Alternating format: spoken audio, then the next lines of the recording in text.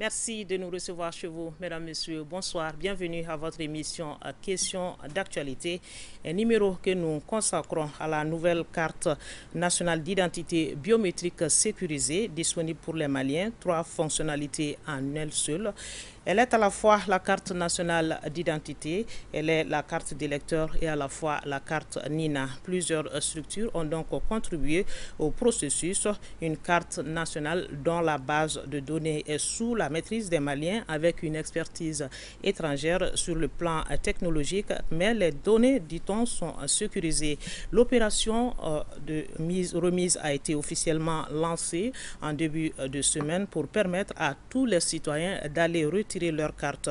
Pour tout savoir sur la nouvelle carte nationale d'identité biométrique, nous avons fait appel aux acteurs du processus. Il s'agit du colonel Mamadou Sougouna. Il est conseiller technique au ministère de la Sécurité et de la Protection civile. Bonsoir, mon colonel. Bonsoir, Madame Serabachili.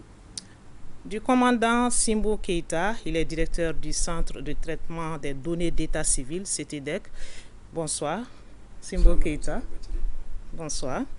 De Bamadou Touré, il est directeur technique de SBA. SBA, c'est Solutions biométriques pour l'Afrique. Bonsoir, Monsieur Touré.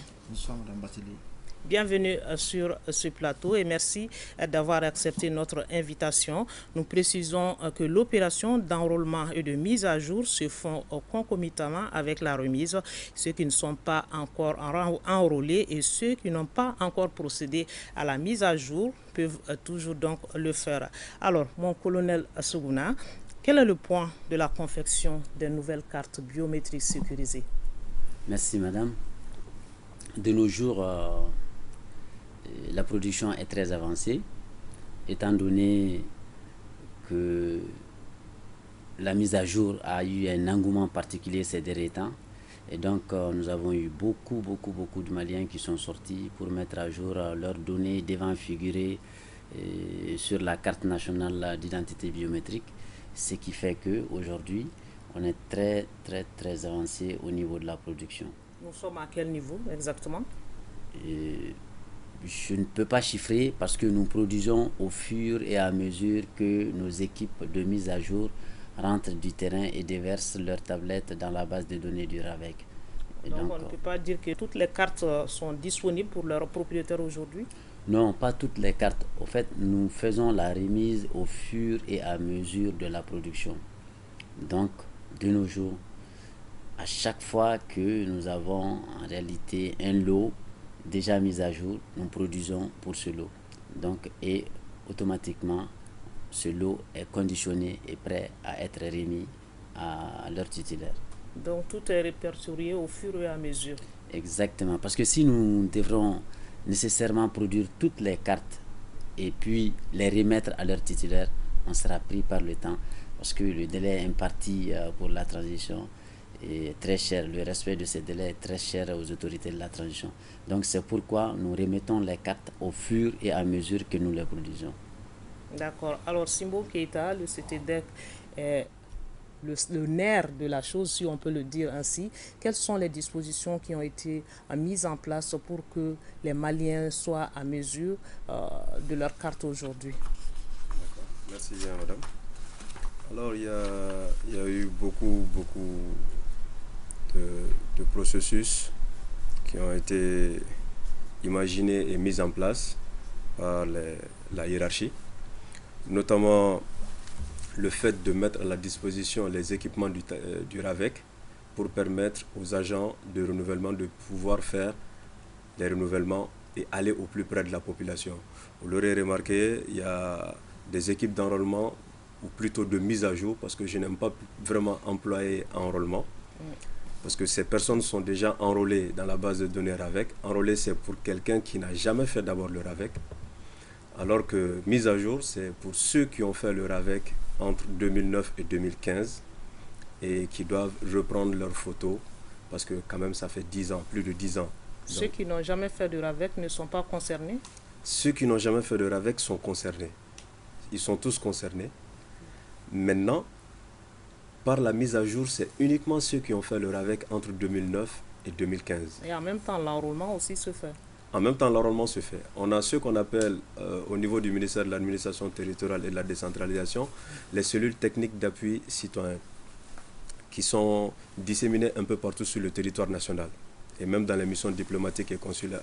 C'est-à-dire que c'est des équipes de pérennisation du RAVEC qui sont là pour continuer le job d'enrôlement, en fait. Ils font toujours l'enrôlement. Ça ne s'est jamais arrêté depuis 2009 et ça continue jusqu'à nos jours. Donc, l'équipe de mise à jour a pour but exceptionnellement de faire la mise à jour des photos et des empreintes de ceux qui devraient faire cette mise à jour-là, c'est-à-dire ceux qui ont fait le RAVEC entre 2009 et 2015 qui doivent renouveler leurs photos. Parce qu'après 10 ans, la personne change. Donc, c'est important que les photos soient mises à jour. Cette opération, effectivement, on est en train de le faire, mais il y aura forcément des cartes qui seront produites avec des données, des photos qui dateront de 2009 et plus. C'est possible. Parce que si on dit qu'on va attendre tout le monde pour aller à la production des cartes, à un certain moment, on sera obligé d'aller. Vous vous souvenez, avec les cartes d'électeurs étaient tout le temps produites avec les anciennes photos. Donc ça sera la même chose. Et les personnes pourront, une fois après le suffrage terminé, partir refaire leur carte et refaire leurs photos. Ça voudrait dire que ceux qui n'ont pas encore fait de mise à jour et qui seront en retard, il y aura une date limite après et vous ferez avec les anciennes photos, les anciennes informations que vous avez à votre disposition. Exactement. D'accord. Alors, SPA Mali, M. Touré, vous êtes le bras technique, si on peut le dire ainsi. Dites-nous comment se présente cette nouvelle carte nationale d'identité biométrique. On a mis les standards internationaux sur la carte. La carte respecte déjà les standards au niveau communautaire. Ce sont des standards exigés par la CEDEAO. Savoir que c'est une carte qui doit pouvoir se déplacer dans l'ensemble des pays et elle doit pouvoir être utilisée pour les opérations d'identification et des opérations aussi d'authentification. Nous sommes tous au courant de l'actualité, c'est la sécurité. La sécurité, elle doit être transfrontalière. Donc il faut des documents aussi qui puissent dépasser nos frontières.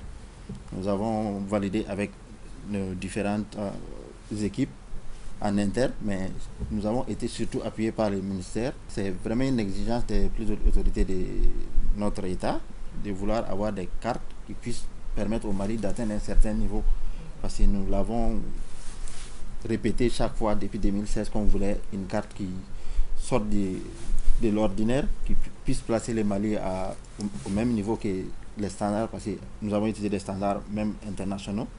On ne s'est pas seulement arrêté aux standards communautaires. Donc la carte, pour les gens qui ont eu la chance de la voir déjà, elle peut vérifier. On a mis tout ce qui est exigence au niveau de la CEDEAO et on a mis même des exigences internationales dessus. Il y a des éléments visibles, il y a des éléments cachés et il y a beaucoup d'éléments de sécurité que les experts pourront vérifier. D'accord, c'est pourquoi on dit qu'elle est sécurisée. Elle est sécurisée, d'accord. Oui, elle est vraiment sécurisée. SBA joue quel rôle concrètement dans la confection des cartes? Nous sommes l'entreprise qui doit accompagner le ministère de la Sécurité. Nous bénéficions d'une concession, ce qui fait que nous sommes à la fin du processus. Au fait, nous recevons des autorisations de production de la carte. À partir d'un certain moment, si les mises à jour ne sont pas totalement faites, il y a des échéances qu'il faut respecter. On sera obligé d'aller à la production des cartes sur la base de ce que nos autorités nous auront fourni comme données. D'accord. Alors, mon colonel Sougouna, il y avait des insuffisances sur la carte NINA qui ont été corrigées sur la carte nationale d'identité biométrique sécurisée. Qu'est-ce qui a été corrigé concrètement? D'abord, l'aspect physique de la carte, la matière même de la carte, c'était en PVC. Alors que la nouvelle carte nationale d'identité biométrique est en polycarbonate. C'est la substance la plus avancée aujourd'hui qui permet de faire des cartes. Et aussi, en plus de tout ce que M. Touré vient de dire, il y a plusieurs points de sûreté et de sécurité sur la carte. Et comme il a dit, il y a des éléments dissimulés, des éléments de sécurité dissimulés, il y a des éléments de sécurité visibles et aussi la qualité de l'impression. La carte NINA, l'impression était sur la carte. Mais avec la nouvelle carte d'identité biométrique, l'impression est faite au laser et les écritures sont incrustées entre différentes couches de laminat. Parce que la carte, vous la voyez comme ça, mais c'est plusieurs couches qui la forment en fait.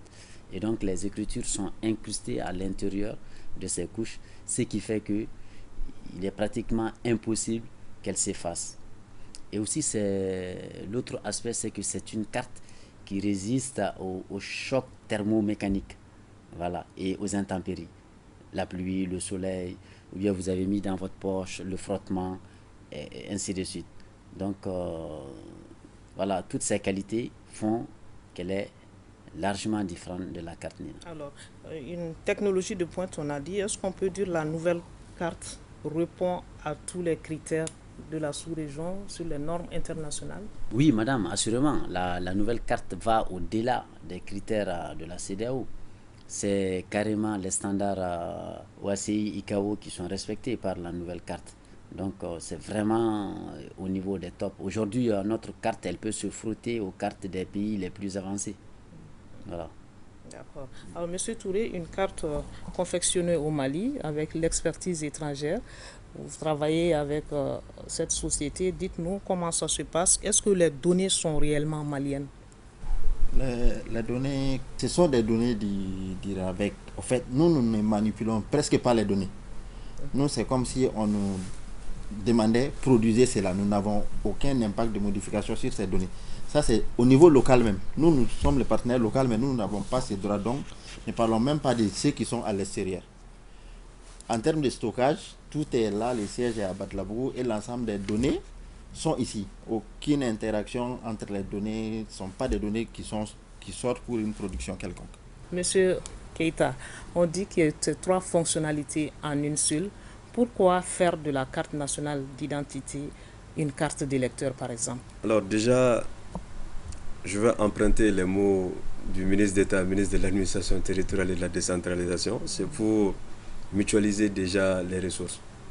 Vous savez, notre pays traverse un moment assez difficile.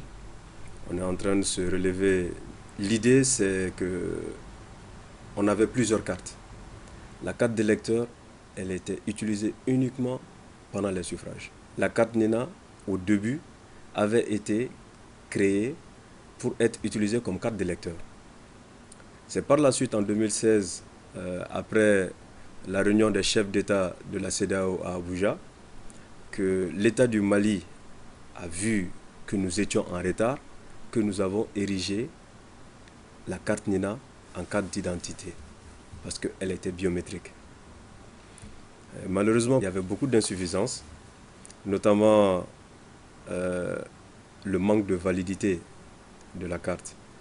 Donc, ce qui a beaucoup fatigué nos compatriotes qui résident à l'extérieur, ils n'arrivaient pas à faire de transactions financières avec la carte NINA. Et bien d'autres insuffisances que le colonel a déjà mentionnées. Donc, cette nouvelle carte a permis déjà de suspendre la production de la carte NINA. Parce que la carte NINA, elle a été créée uniquement pour pouvoir matérialiser le numéro NINA, qui est le numéro d'identification nationale. Et vous allez voir que la loi portant institution du NINA parle du NINA, mais pas de la carte.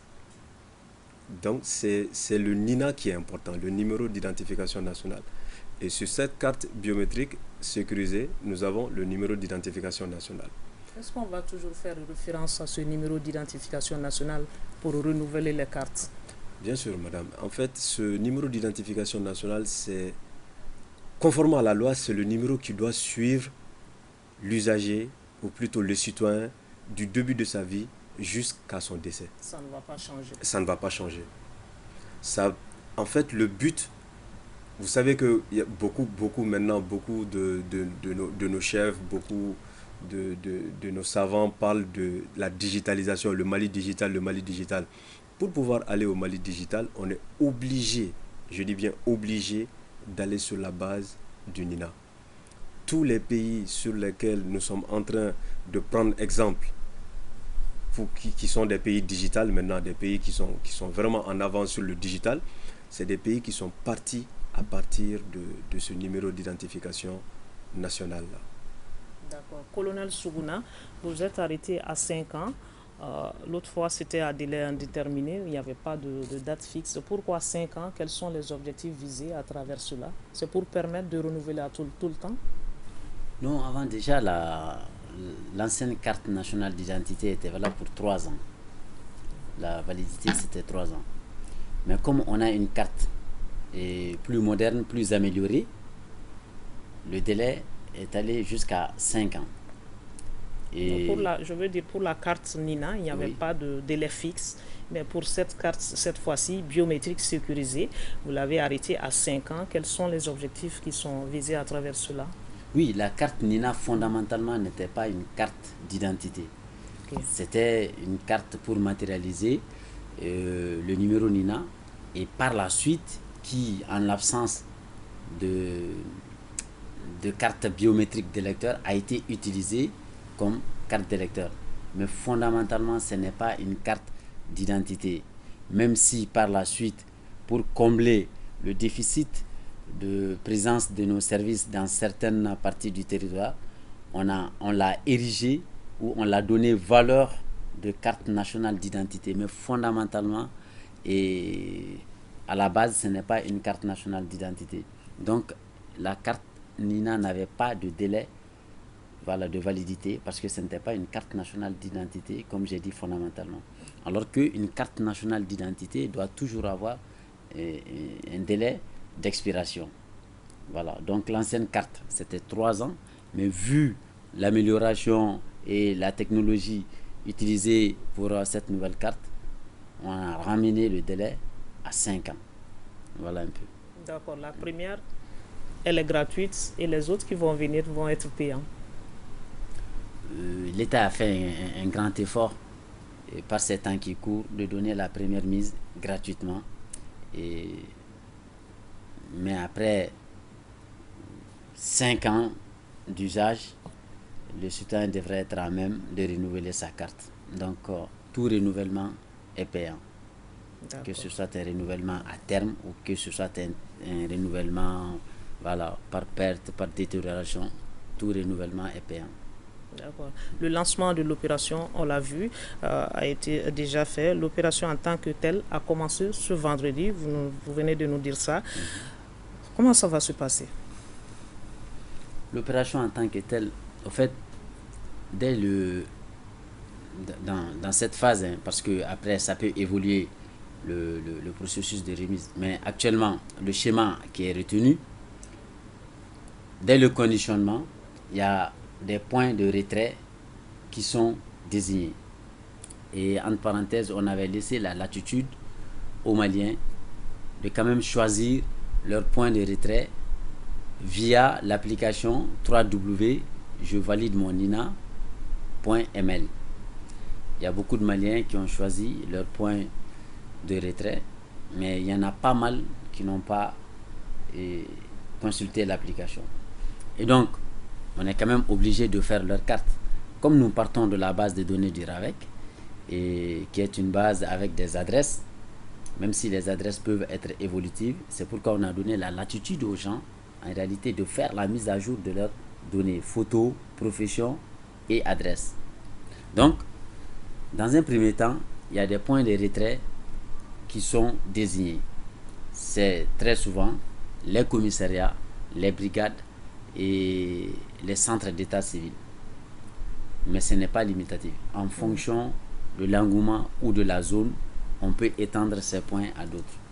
Et donc, les cartes sont déployées dans ces points de retrait. Le citoyen a différents moyens de consultation à sa disposition. Notamment, il y a un centre d'appel et une consultation SMS pour que le citoyen sache là où se trouve en réalité sa carte. Donc, une fois cette consultation faite, vous vous rendez sur le bon site de retrait. Vous trouverez des équipes de retrait avec une tablette de remise parce qu'il faut que la remise soit sécurisée. Donc, les équipes de remise, par l'entremise de la tablette, vérifient l'identité du titulaire en face. Est-ce le bon titulaire? Donc, par différents procédés, soit par l'identification par l'empreinte ou l'identification faciale. Donc, dans tous les cas, l'identité du titulaire est contrôlée avant que la carte ne lui soit remise. Voilà un peu le schéma. Et ce schéma est valable autant pour Bamako que pour l'intérieur. Est-ce que l'opération se passe au même moment sur toute l'étendue du territoire? Affirmatif. Nous sommes au début, on va aller progressivement, mais en réalité, l'opération se déroulera en temps réel partout sur le territoire national et dans les ambassades et consulats. D'accord. Alors, Monsieur Keita, il y a des agents qui ont été formés pour cela. Est-ce qu'ils sont suffisants pour nous fournir nos cartes dans le délai? Alors, nous, à la date d'aujourd'hui, on a formé à peu près 400 agents. Donc, ces 400 agents seront déployés un peu partout sur le territoire national. Maintenant, il y a des dispositions qui sont déjà prises dans les missions diplomatiques et consulaires, bien sûr, à travers le ministère des Affaires étrangères, qui sont membres du comité de réflexion. Donc, c'est les agents qui sont chargés de la pérennisation du RAVEC au niveau de ces missions diplomatiques et consulaires, qui seront chargés, bien sûr, sous la supervision des ambassadeurs, des consuls et de leur hiérarchie, de procéder à la remise de ces cartes-là. Donc, le chemin retenu est que dans chaque mission diplomatique et consulaire, puisque c'est eux qui gèrent les Maliens qui sont dans leur juridiction, qu'ils nous fassent parvenir la liste des citoyens maliens qui résident là-bas. Donc, en fonction de cela, SBA fera l'empaquetage de tous ceux qui figurent sur la liste. Et ce lot sera transmis à la mission diplomatique et consulaire qui sera chargée maintenant de la distribution aux Maliens. Maintenant, en ce qui concerne ici, le Mali, à Bamako, il y aura beaucoup de points de remise. Parce que vous savez que la grande concentration de Maliens réside vraiment à Bamako. Et dans les régions, il y aura également des personnes qui iront appuyer, bien sûr, les préfets dans les cercles, les chefs de quartier, les chefs de village. L'opération va vraiment couvrir toute l'étendue du territoire national. Donc, il n'y aura vraiment pas quelqu'un qui sera oublié. Il y a même des équipes mobiles qui sont prévues pour aller vraiment au plus près de la population. Vous savez qu'il y a des personnes qui vivent avec des handicaps. Donc, même ces personnes n'ont pas été oubliées.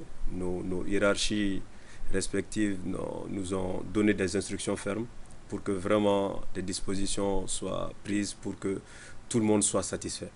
D'accord. Il a utilisé un terme, l'empaquetage, ça sera fait par SBA. Comment ça va se passer? Expliquez-nous le processus. Le processus d'empaquetage, savoir ceux qui ont déjà choisi un lieu de remise pour leur carte, un lieu de retrait. Lors de la production, ces cartes seront déjà mises ensemble. Par exemple, si j'ai fait le choix, je vais faire mon retrait au commissariat de Sogoniko. Lors de la production, toutes les personnes qui auront fait ce choix, ces cartes seront rassemblées pour former le paquet. Donc l'empaquetage, c'est un paquet qui sera expédié au commissariat de Sogoniko. Et c'est vous qui faites ce travail? Nous faisons ce travail ici là-bas. C'est ça l'essentiel même du site qui a été mis en ligne. C'est pour que même si la personne a changé par exemple d'adresse, peut-être qu'elle n'a pas de données, Nina a changé autre que cette adresse de remise. Donc d'aller sur le site et de dire voilà où je veux que ma carte me soit remise. Ça facilite la tâche vraiment aux citoyens. Donc nous, ce que nous faisons au maximum, c'est de rendre la carte la plus proche possible du citoyen. Et comment ça? En commençant d'abord, la priorité, c'est ceux qui ont vraiment choisi. Parce que ça, la personne a fait son choix. Maintenant, pour les personnes qui n'ont pas fait de choix, nous voyons par rapport à son adresse qui se trouve dans les données du RAVEC, quel centre d'état civil, quelle brigade ou quel commissariat se trouve proche de son domicile. Donc ceux qui font le choix sont prioritaires ou bien tout le monde est prioritaire? Non, toutes les cartes sont produites, mais ceux qui font le choix, ils sont priorisés dans leur choix. Je dis par rapport à la remise, au retrait, si on peut le dire ainsi. Non, Vous savez, ceux qui font le choix d'aller dans telle ou telle commune sont d'abord traités ou bien comment ça se passe? Tout le monde est traité au même moment? Tout le monde est traité au même moment. Mais en évitant au maximum de frustrer, par exemple, quand quelqu'un a fait son choix, on respecte son choix. Il faut respecter ce choix. Celui qui n'a pas choisi, on essaie de mettre la carte à... Alors, ceux qui font des SMS, par exemple, comment vous travaillez avec les opérateurs téléphoniques à ce niveau? Bon, à ce niveau, nous avons... Bon, c'est un processus assez compliqué, mais en résumé, c'est que lorsque les données sont produites, suivant le modèle de l'empaquetage, nous transmettons ces fichiers à qui des droits. Voilà, qui des droits pour que les réponses soient exactes par rapport au paquet. D'accord. Alors, vous l'avez dit, hein, l'opération de remise proprement dite a commencé aujourd'hui, ce vendredi, mais la mise à jour se poursuit et l'enrôlement sur place aussi. Nous avons fait un tour en ville pour voir comment ça se passe, l'engouement autour de la mise à jour. C'est un Vox Pop qui a été réalisé par Mohamed Namakeita. Suivons ensemble. Donc cette opération, nous l'avons beaucoup appréciée parce que notre activité ne nous permet pas souvent d'aller dans les différents centres pour pouvoir prendre les rangs. Avec cette opération spéciale, vous voyez, donc la mobilisation est à la hauteur. Donc les gens sont venus, nombreux, donc, pour pouvoir faire leur enrôlement. Et ça se fait de façon très facile. Et l'accès est très facile. Donc il y a une rapidité dans le travail. Dans le cadre du RAVEC, non seulement il y a le recensement RAVEC pour ceux qui n'ont jamais été recensés, ou bien ceux qui ont été déjà recensés mais qui n'avaient pas l'âge pour la prise de photos. Maintenant, en plus de cela, il y a la mise à jour pour la carte biométrique qui est d'actualité aujourd'hui. Maintenant, c'est les différentes tâches qu'on a à notre niveau. Et puis aussi, il y a les cas de rectification. Quand on parle de mise à jour, non seulement il y a le renouvellement de la photo, il y a les cas de rectification aussi qui sont dans le cadre de la mise à jour. En commune 3, nous avons commencé le 30 janvier. Du 30 janvier au 31 mars, nous avons commencé avec la mise à jour. Mais avant cela, on était dans le cadre du recensement RAVEC. Maintenant, puisqu'on ne peut pas obtenir la carte biométrique sans pour autant être recensé. Donc le RAVEC, c'est dans le cadre du RAVEC qu'on obtient la carte biométrique, puisque c'est à la base du recensement RAVEC qu'on obtient le numéro NINA et que c'est le numéro NINA là qui va servir de carte biométrique aussi.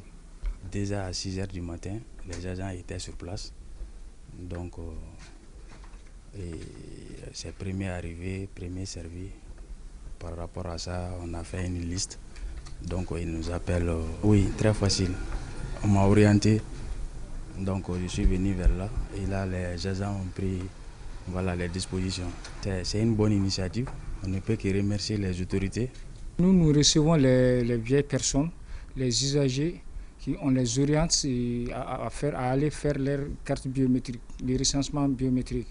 Mais nous recevons des vieilles personnes qui ont perdu leur carte NINA. On les aide à travers la fiche électorale à leur donner leur niveau pour pouvoir les recenser. La commune 3 étant la commune centrale, donc pratiquement toutes les autres communes convergent vers la commune 3. Raison pour laquelle on a cette difficulté. Bon, de façon générale, la situation elle est vraiment satisfaisante. On est satisfait du déroulé des travaux grâce au dévouement des agents qui sont chargés de cette opération. Ça, on fait tout pour mieux orienter les usagers, on fait tout pour satisfaire les usagers, on fait tout parce que d'abord, chaque matin, le maire veille au bon déroulement de cette opération. Alors, la mise à jour qui se poursuit.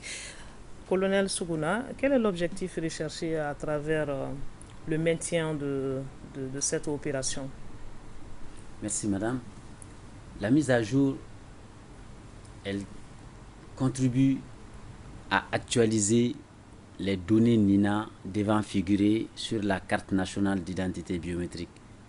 Essentiellement, la photo, la profession et l'adresse. Et donc, normalement, En biométrie, une photo de plus de 8 ans, on doit la renouveler. Et donc, il y a des gens qui ont fait le RAVEC depuis 2009 qui gardent les mêmes photos. Donc, on a donné la chance aux Maliens, avant d'avoir leur nouvelle carte nationale d'identité, d'actualiser leurs photos. Et il y en a pas mal qui ont fait le RAVEC avec une adresse, ils n'y sont plus. Et d'autres ont changé de profession, d'autres étaient étudiants, ils sont aujourd'hui ingénieurs, médecins. On a dit, venez mettre à jour vos données NINA devant figurer sur la carte nationale d'identité biométrique afin que vous ayez votre carte avec des données actuelles. Donc c'est ça l'intérêt de la mise à jour. Maintenant, au début c'était très timide, il n'y avait pas d'engouement, les gens ne sont pas sortis parce que c'est depuis janvier on est dans cette affaire-là. Donc il a fallu qu'on mette un deadline pour que les gens sortent en masse. Bon, vu l'engouement, on a dit, bon, on va proroger le délai ou maintenir le dispositif encore, mais on ne pourra pas le faire indéfiniment parce que nous-mêmes, on est pris par des délais dans le cadre de l'organisation des élections. On sera obligé, à un certain moment, de produire les cartes sur la base des données RAVEC. Ça va être dans une fourchette de combien de temps, à peu près?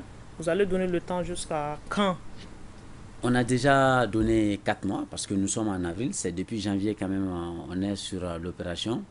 Les autorités n'ont pas encore décidé de retirer définitivement le dispositif. On le maintiendra autant qu'on pourra pour permettre au maximum de Maliens d'actualiser leurs données NINA. Mais on sera obligé, vraiment, l'opération elle est tributaire du temps. À un certain moment, on sera obligé d'arrêter et pour passer à la production. D'accord. Monsieur Keita, à part l'actualisation de la photo, est-ce qu'il y a d'autres informations sur lesquelles les gens reviennent pour corriger de temps en temps? Oui, à part la photo et l'empreinte, vous savez, au Mali, avant, il y avait beaucoup de choses qui se faisaient. Et c'est pour mettre court à ces choses-là qui n'étaient pas vraiment, je dirais, honorables pour nous, que le NINA même a été créé. Vous savez, je suis le directeur du centre de traitement, mais il y a, par exemple, sur 100 bacheliers, je dirais qu'il y a peut-être la moitié qui arrivent à obtenir le bac avec leur âge réel. L'autre moitié, ils ont diminué leur âge. Donc c'est un phénomène qui doit être vraiment banni de notre société. Parce que vous savez, l'avenir d'un pays repose sur la jeunesse. Et si cette jeunesse n'est pas en mesure de prendre les études avec sérieux et vraiment avec engouement, je me demande vers quoi on est en train d'aller. Donc c'est pour ça que nos autorités l'ont bien vu. Et le ministre de la Sécurité et de la Protection civile a fait un communiqué dans ce sens pour dire que toutes les informations qui étaient concernées par la mise à jour, il l'a bien cité dans ce communiqué, notamment l'adresse de résidence, le numéro de téléphone et tout sauf l'âge en fait. Ouais, parce que le ministre d'État, lui, il a fait une décision qui permet pour les gens qui sont éligibles à la correction. Parce que réellement, il y a des gens où il y a eu des erreurs. Parce que nous sommes tous êtres humains. Vous savez, quand vous venez depuis le matin, vous êtes en train d'enregistrer des personnes, au bout d'un certain moment, l'esprit humain s'affaiblit, ça se fatigue. Donc on peut avoir des coups de faiblesse et mettre par exemple un 6 à la place d'un 9 ou un 6 à la place d'un 4. Ça peut arriver. Mais vous allez trouver que sur le récépissé, qui a été délivré aux citoyens, c'est bel et bien écrit en bonne et due forme. Donc l'année réelle existe sur le récépissé. Et le récépissé, c'est ça qui lie l'usager au citoyen, l'usager à l'agent RAVEC. C'est comme si tout de suite, vous partez tout de suite au niveau du domaine. Vous voulez aller faire par exemple, je prends l'exemple du titre foncier. Quand vous payez votre argent, il y a une quittance qui vous est délivrée. Sur cette quittance, disons que vous avez payé 4 millions. Mais sur la quittance, c'est inscrit 400 000. Madame Silla, au regard de la loi, si vous vous présentez, je pense que c'est 400 000 qui sera retenu parce que vous l'avez accepté, vous l'avez retiré et vous êtes rentré sans le vérifier. Donc c'est un peu ça.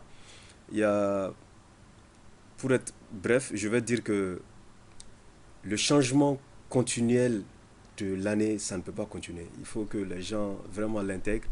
Et la date de naissance. La date de naissance, voilà. Ça ne peut pas continuer, il faut que les gens l'intègrent. Et il faudrait qu'on puisse vraiment aller de l'avant et aller vers des documents sécurisés. Ça voudrait dire qu'il y a des critères bien établis sur lesquels il faut se conformer pour pouvoir changer. Exactement. La décision du ministre de l'administration territoriale et de la décentralisation dit que pour être éligible à la correction, il faut présenter le récépissé d'enrôlement, une copie d'extrait de naissance dont la date de délivrance est antérieure à la date d'enrôlement au RAVEC. Si vous dites que vous êtes de 88 et que vous avez fait le RAVEC en 2009, vous allez forcément avoir des copies d'extraits qui datent d'avant 2009. Donc, et toute autre pièce qui pourront justifier ce que vous prétendez. Donc, mais malheureusement, il y a beaucoup de personnes qui viennent demander la correction et ils ne disposent pas de ces pièces-là.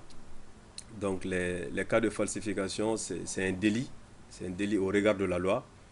Donc, nous, étant mis là-bas pour faire respecter la loi et les bonnes choses, donc on est obligé de se conformer à la réglementation en vigueur dans notre pays.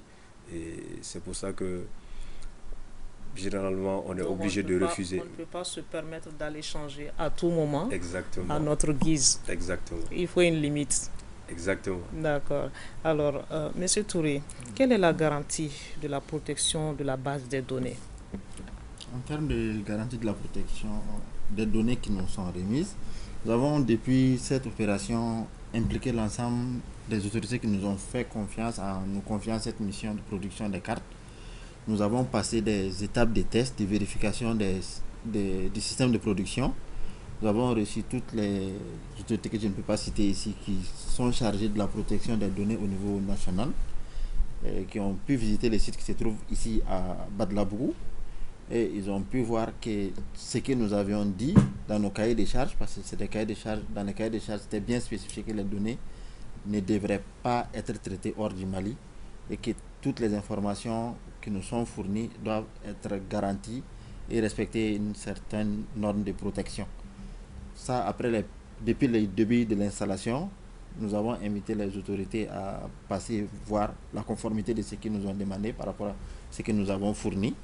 C'est vrai que même on a même invité la presse, mais on ne les a pas donné l'accès à la salle, sinon ils peuvent quand même témoigner du fait que les données sont totalement ici, traitées ici, et par des ingénieurs qui sont d'ici. Et nous avons demandé une assistance, parce que c'est normal de demander une assistance pour un produit qui commence, et c'est cette assistance qui est assurée par nos partenaires allemands. D'accord. Donc les Maliens peuvent être rassurés par rapport à cela. Les Maliens peuvent être rassurés par rapport à cela à 100%. Nous avons passé toutes les étapes nécessaires pour être sûr que ce qui est dit et ce qui est fait sont uniformes. D'accord. Alors, mon colonel, il y a beaucoup d'engouement autour de la mise à jour à présent. Il y avait des petits problèmes, il n'y avait pas assez de centres pour les citoyens. Les gens partaient là-bas, on veillait pour avoir au moins la garantie d'être enrôlé ou d'être vu pour la mise à jour. Est-ce qu'aujourd'hui, toutes ces insuffisances sont corrigées? Vous avez assez de gens sur place pour accueillir les citoyens, pour pouvoir faire la mise à jour à l'aise? Merci madame. Dans le dispositif de mise à jour, on est monté crescendo avec la mobilisation. Et quand on a senti qu'il y avait beaucoup d'engouement et que les gens étaient vraiment de plus en plus concernés et intéressés, on a augmenté les équipes de remise. Et on a aussi introduit des équipes mobiles. Et vous avez vu sur votre reportage qu'il y a une corporation socio-professionnelle qui se faisait mettre à jour leurs données. En réalité, il y a beaucoup de catégories socio-professionnelles qui ont écrit au ministre qui voulaient que leurs données soient mises à jour, mais qui avaient des contraintes professionnelles. Donc, pour ces gens, on a mis en place des équipes mobiles qui partaient vers eux et sur les lieux de travail afin de leur permettre de continuer à exercer leur profession, gagner leur vie, tout en mettant à jour leurs données et afin de bénéficier d'une carte nationale d'identité actualisée. Et donc, il y a ces cas, et comme j'ai dit, il y a beaucoup de catégories socio-professionnelles. Il y a des femmes teinturières qui voulaient continuer à faire leur teinture, on leur a envoyé des équipes, bref. Donc, on a essayé de nous adapter aux réalités socio-professionnelles des Maliens pour leur permettre en réalité de mettre à jour leurs données. Et donc, nous, on a donné toutes les chances pour que les gens puissent mettre à jour leurs données. Pour l'intérieur, on a fait venir des représentants ou des éléments de nos commissariats, de nos brigades qui sont dans les régions, les cercles, etc., les former aux techniques de mise à jour, puis les faire retourner dans leur localité pour procéder à la mise à jour. Et aucun de ces dispositifs n'est encore retiré.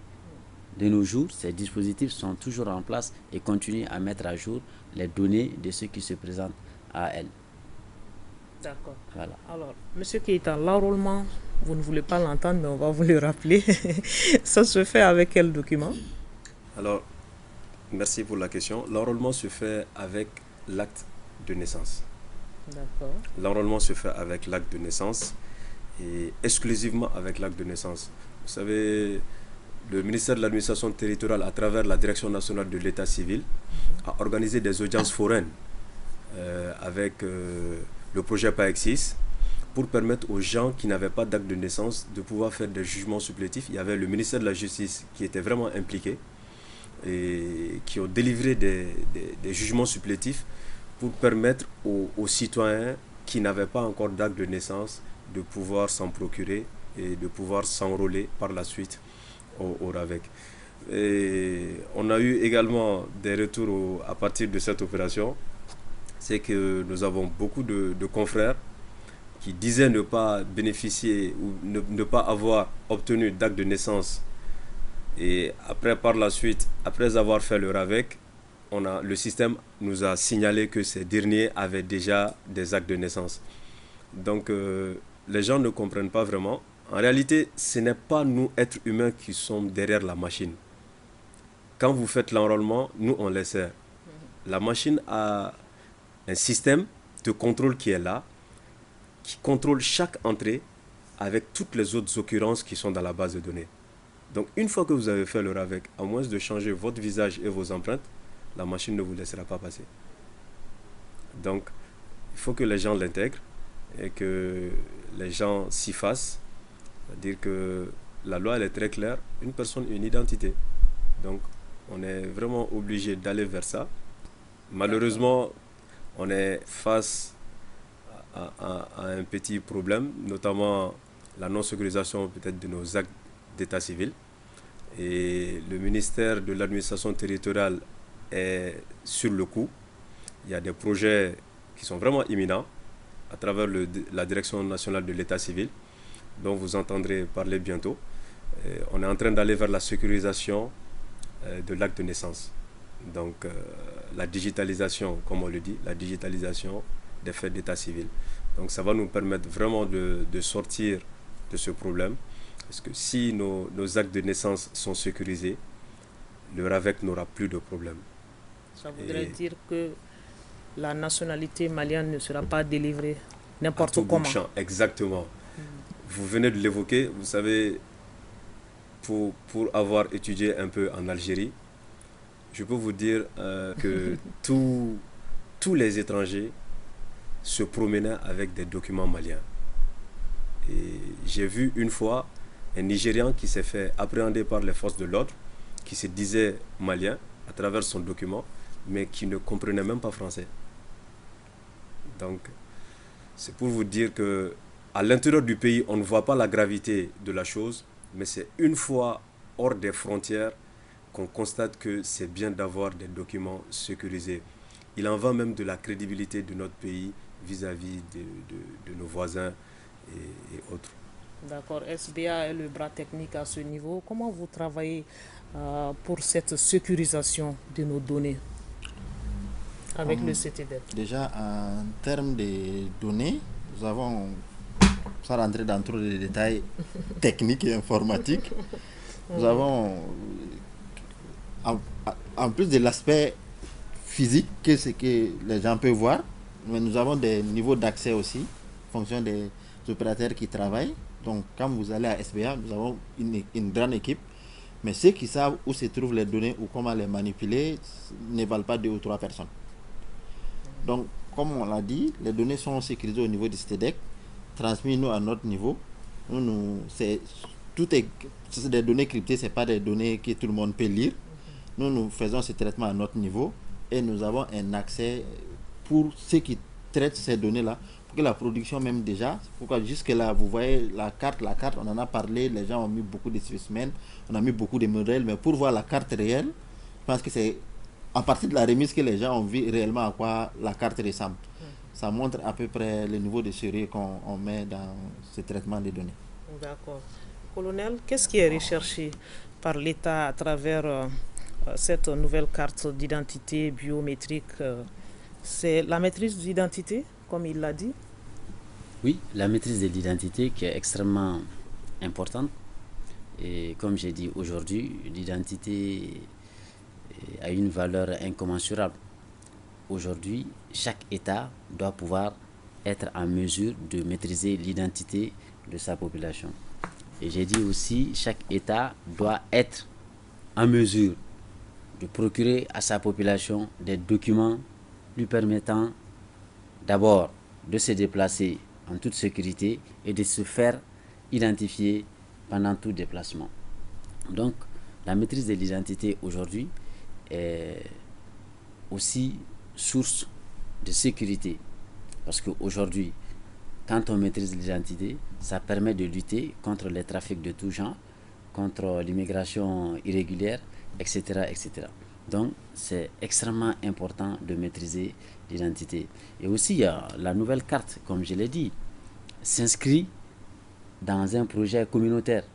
Parce que en 2014, lors de la conférence des chefs d'État de la CEDEAO à Abuja, face à la nouvelle situation d'insécurité dans notre sous-région, les chefs d'État membres de la CEDEAO ont décidé d'aller vers une pièce commune qu'ils ont appelée en son temps carte d'identité CEDEAO.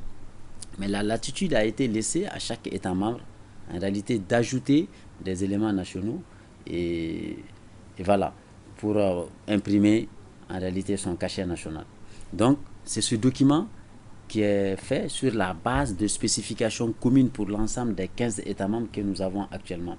Donc, quand vous prenez la carte nationale d'identité sécurisée au Mali, ça doit correspondre en termes de spécifications, ça doit donner exactement les mêmes qu'au Sénégal, en Côte d'Ivoire. Parce que la CEDEAO a élaboré les spécifications techniques et ça a été remis à tous les États membres.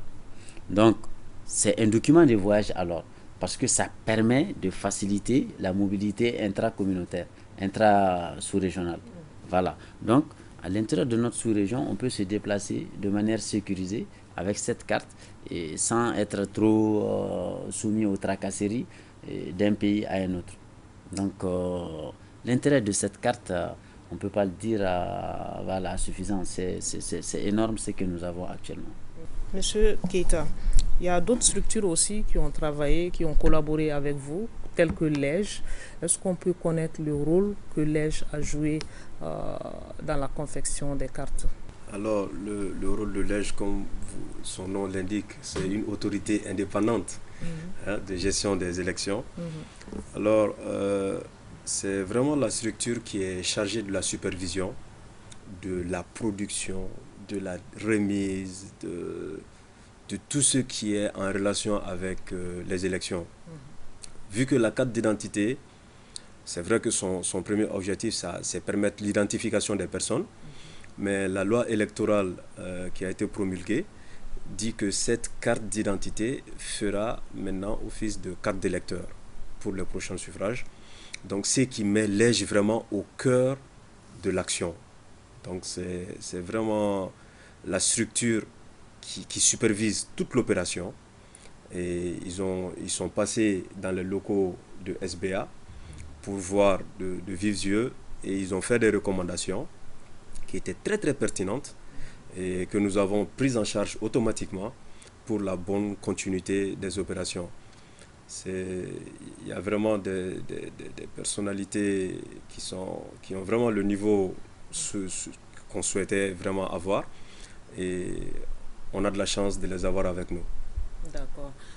Sur le plan sécurité aussi, colonel, est-ce que cette carte permet de faire une maîtrise à ce niveau? Oui. La carte biométrique. Bien entendu. Vous savez, aujourd'hui, à toutes nos frontières, nous avons ce que nous appelons des postes frontaliers. Et on peut, à terme, mettre des lecteurs d'empreintes à ce niveau. Et il suffit seulement de poser le doigt sur l'empreinte pour qu'on sache est-ce que la carte que vous détenez, c'est effectivement vous, ou bien est-ce que c'est une carte dérobée qui voilà, détenue par une autre personne. Donc, in fine, on peut doter les forces de sécurité de tels outils qui leur permettent en réalité un certain contrôle aux frontières. Et aussi, comme j'ai dit, la carte étant un document de voyage, ça va permettre même de voyager en réalité sans recourir souvent au passeport. Comme je l'ai dit, on a vu souvent les gens voyager avec la carte NINA d'un pays à un autre, alors qu'elle n'avait pas le même degré de sécurité et de fiabilité que la nouvelle carte. Donc, du point de vue sécurité, cette carte va vraiment faciliter la tâche en réalité aux forces de sécurité. Parce que c'est un Malien, une identité, une carte. D'accord. Voilà. Un Malien, une identité, une carte. Monsieur Touré, on dit que la carte est infalsifiable. Sur quels critères ou sur quelle base on dit que la carte est infalsifiable? Chaque carte est personnalisée. C'est-à-dire que c'est les informations du citoyen sur une manière biométrique. La biométrie étant la valeur de sécurité en termes d'identification la plus avancée à l'ère actuelle. Pour chaque carte que nous prenons, ce sont ces données biométriques qui sont répliquées sur la carte. En plus, sur cette carte, cette impression est faite dans la carte. En plus, il y a des aspects qui ne sont pas visibles à l'œil nu par rapport à la carte. Il y a des erreurs volontaires que nous avons mis dedans. Il y a énormément d'éléments de sécurité. Bon, je ne vais pas me mettre à les citer parce que déjà citer tout ce qui est la sécurité même, c'est toutes les garanties sont là. Toutes les garanties quand même sont là. Toutes les garanties sont là. Il y a des éléments où nous avons, comme j'ai dit, nous avons travaillé avec les autorités. Il y a des éléments où nous avons envoyé juste des loupes pour être sûr que ce qu'ils ont demandé était vraiment intégré à la carte. D'accord. Alors, M. Keïta, vous avez formé des agents aujourd'hui pour que la remise soit très facile sur le terrain. Ces agents ont été formés sur quoi exactement et qui peuvent rassurer les Maliens aujourd'hui par rapport à cette remise? Ces agents, ils ont été formés d'abord sur le procédé de remise. Le procédé de remise consiste déjà à la reconnaissance faciale, d'une part, et d'autre part, à la vérification de l'empreinte. Nous, en termes informatiques, c'est ce qu'on appelle l'authentification. C'est une authentification à 2 niveaux. Donc, la première authentification concerne la prise de l'empreinte. C'est-à-dire que si l'empreinte va au-delà, parce que vous savez que derrière, à l'arrière de la carte, il y a l'empreinte qui est codée dans le code barre. Donc, on scanne d'abord ce code barre. C'est ce qu'on a appris à nos agents. Après avoir scanné ce code barre, la tablette lit l'empreinte qui est dans ce code barre. Elle décode cette empreinte. Maintenant, on demande à l'usager de poser son doigt, généralement le pouce droit. Donc, quand il pose maintenant le pouce droit, la tablette va comparer l'empreinte qui a été lue sur la carte et l'empreinte de l'usager qui se présente devant vous. Donc, une comparaison sera faite à travers les munities, c'est-à-dire les différences entre les lignes du doigt, pour dire que effectivement les empreintes concordent ou pas. Maintenant, si le taux de concordance de ces empreintes est inférieur à 80%, on a demandé à nos agents de faire également de la reconnaissance faciale. Donc, on prend également la carte, on scanne la photo qui existe sur la carte, qui a été imprimée sur la carte, et on demande à l'usager de faire face à la caméra de la carte, vue de profil et vue de face, pour que ça puisse comparer la photo qui existe sur la carte et la photo du citoyen qui se présente à vous. Maintenant, après ces deux authentifications, si le score est bon, bien sûr, la carte est remise au titulaire. Dans le cas contraire, la carte ne sera pas remise au titulaire. S'il y a des insuffisances qui sont révélées, telles que quoi? Par exemple, si la concordance des empreintes est inférieure à, disons, 50%, et qu'il n'y a pas, par exemple, la reconnaissance faciale également, est vraiment, le score est également très bas, là, le monsieur ne pourra pas vous remettre votre carte. L'agent ne pourra pas vous remettre votre carte. Et quelle sera la suite? Votre carte sera renvoyée au niveau de SBA qui va procéder à la destruction de la carte et on va vous demander maintenant de passer au RAVEC pour voir votre identité. Et en ce moment, vous serez redirigé vers SBA pour qu'il puisse reprendre votre carte. Ça, c'est des procédures qui vont se dérouler après toute cette opération? Pendant même cette opération, en fait, nous avons mis en place un numéro vert. Le numéro vert, il est là pour permettre aux citoyens, non seulement de situer sa carte, si par exemple la carte se trouve à un endroit, vous savez qu'il y a beaucoup de personnes qui ont fait le RAVEC en 2009, mais qui ont déménagé, qui ont parfois même changé de région. Donc si quelqu'un qui a fait le RAVEC étant à Bamako, maintenant il est à Kidal, à travers le numéro vert, il peut appeler. Effectivement, quand je faisais, voilà mon numéro Nina, quand je faisais le RAVEC, j'étais à Lafiabougou, à Bamako. Maintenant, je réside à Kidal. Donc, s'il vous plaît, veuillez mettre ma carte dans le lot de Kidal. Ils feront, les gens qui reçoivent les appels là-bas, vont faire remonter l'information au niveau du directeur technique qui va prendre les dispositions nécessaires pour faire revenir la carte au niveau de SBA et mettre ça dans le paquet en destination de Kidal. Donc, les trois canaux qui sont là pour permettre aux citoyens de positionner leur carte, c'est vraiment important. Je vais un peu les rappeler. Il s'agit du site web www.jevalidemonNINA.ml. À travers ce site, vous pourrez également savoir, en introduisant bien sûr votre numéro NINA, où se situe votre carte. Ça, c'est le premier canal. Le deuxième canal, ça, c'est le numéro vert qu'on a mis à la disposition des citoyens, qui est ouvert et c'est des professionnels qui sont là. On peut connaître ce numéro? C'est le 80 00 80 80 et le 80 00 82 82. D'accord, 80 00 80 80 80 00 82 82. C'est ça. D'accord. Donc ce numéro vert, il y a des agents qui sont là, qui sont derrière ou plutôt devant des moniteurs qui sont là. C'est-à-dire qu'en citant déjà en donnant déjà votre numéro NINA, ils pourront savoir où se trouve automatiquement votre carte. Donc si vous voulez que votre carte, si ça change de région, parce que là quand même c'est quand même loin, Bamako, Kidal, c'est une distance qui n'est pas négligeable. Donc ils pourront prendre des dispositions et le faire remonter au directeur technique qui va prendre des dispositions pour acheminer la carte jusqu'à Kidal. Maintenant le troisième canal, ça c'est le SMS qui est vraiment très facile.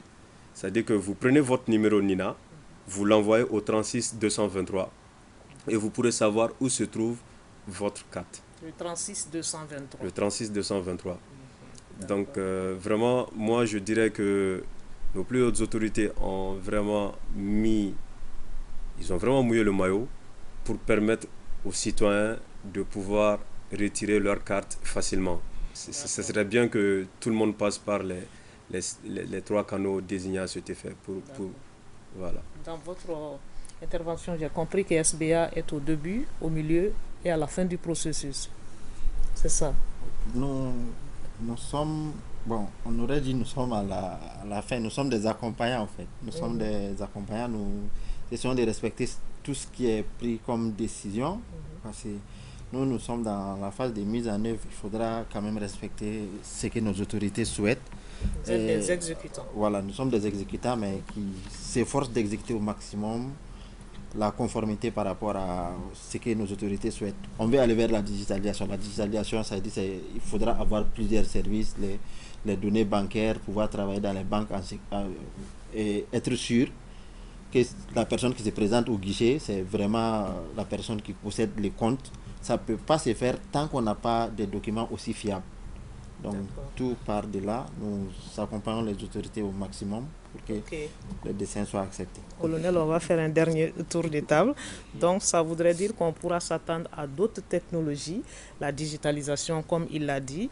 L'État a des objectifs précis, on l'a dit. Malikoura oblige, un message aux équipes, un message à la population malienne aujourd'hui. Le message, c'est d'abord exhorter les Maliens à sortir massivement pour retirer leurs cartes, mais aussi leur demander de la patience et de l'indulgence parce que c'est un nouveau processus.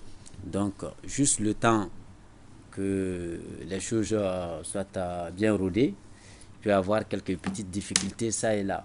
Que tout le monde soit patient et indulgent. Et c'est une nouvelle chose. Les populations ne sont pas adaptées à la nouvelle carte. Les agents, ils ont été formés à cet effet. Mais par-ci, par-là, il peut y avoir quelques petites difficultés, que tout le monde soit patient et qu'on s'accompagne et qu'on récompense l'effort consenti par les plus hautes autorités et le gouvernement, et afin que, en tout cas, compenser cet effort par notre bon comportement, par vraiment notre esprit de citoyenneté dans cette nouvelle entreprise, afin que chacun puisse avoir sa carte dans la tranquillité et dans la sérénité. Inch'Allah, tous les Maliens auront leur carte. D'accord. Voilà. Le message du SBA? Le travail vraiment, il est fait dans le plus grand sérieux pour que chaque Malien puisse entrer en possession de sa carte d'identité. Donc les couacs qui se trouveront dedans, c'est ensemble que nous pourrons les résoudre quand les populations aussi font remonter les informations et surtout d'éviter la désinformation par rapport à ces projets. D'accord. Ceux qui tiennent notre état civil, le CTDEC, commandant Simbo, pour boucler le message aux populations, le message à vos équipes sur place, pour que tout aille bien. Donc, déjà pour les agents qui sont chargés de la remise, soyez patients, on vous demande d'être patient et on vous demande d'être indulgent vis-à-vis de nos citoyens. C'est pas facile, mais ça ira. Inch'Allah. Par rapport aux citoyens, c'est de demander également aux citoyens d'être patients et surtout d'utiliser les canaux qui sont mis à leur disposition. Déjà, le message que je souhaiterais faire passer, c'est que dès le lundi, que beaucoup de personnes fassent le test sur le système de SMS ou sur le site ou même sur le numéro vert. Il y a un lot vraiment conséquent de cartes qui sera mis à disposition, déployé un peu partout sur Bamako déjà, pour commencer. On va aller crescendo progressivement. Donc, on a eu des instructions fermes aujourd'hui même de nos deux chefs, du ministre d'État et du ministre de la Protection civile, qui nous ont demandé de faire vraiment le maximum dès le lundi. Donc, dès le lundi, le maximum de personnes pourront avoir des informations sur le lieu de retrait de leur carte. Maintenant, ce que je vais demander aux Maliens, c'est vraiment d'être patient, d'être indulgent. La production, on l'a dit, on va le rappeler, le répéter, elle est progressive. La production, elle est vraiment progressive. On est déjà pratiquement à peu près à 2 millions de cartes. On tend vers les 2 millions. Donc, que les gens patientent. On est là-dessus. Tout le monde aura sa carte. La première mise, elle est gratuite. Et tout le monde l'aura. Donc, on demande vraiment aux gens d'être patients et d'être indulgents. Rien n'est parfait. On va essayer de corriger nos lacunes au fur et à mesure. D'accord. Merci. Ça nous rassure. Merci d'être là. Merci de nous avoir donné toutes ces informations. Ce débat se referme donc ici, en attendant d'autres forats, bien sûr. Nous avons fait un gros plan sur la nouvelle carte nationale d'identité nationale biométrique sécurisée et sa remise aux Maliens qui sera donc effective, qui est déjà effective et qui sera sur toute l'étendue du territoire malien. Alors, et les Maliens établis, bien sûr, à l'extérieur, on ne les oublie pas. Nos invités étaient colonel Mamadou Sougouna. Il est conseiller technique au ministère de la Sécurité et de la Protection civile. Commandant Simbo Keita, il est directeur du Centre de traitement des données d'état civil, et Bamadou Touré, directeur technique de SBA. SBA, c'est Solutions biométriques pour l'Afrique. Nous espérons que vous avez eu un intérêt à nous suivre. Ce débat a été réalisé par Jakari Jakone Jaki. Aridou Matina m'a aidé à la coordination. Merci de votre attention. Bonne suite de programme sur ORTM 1. Bonsoir.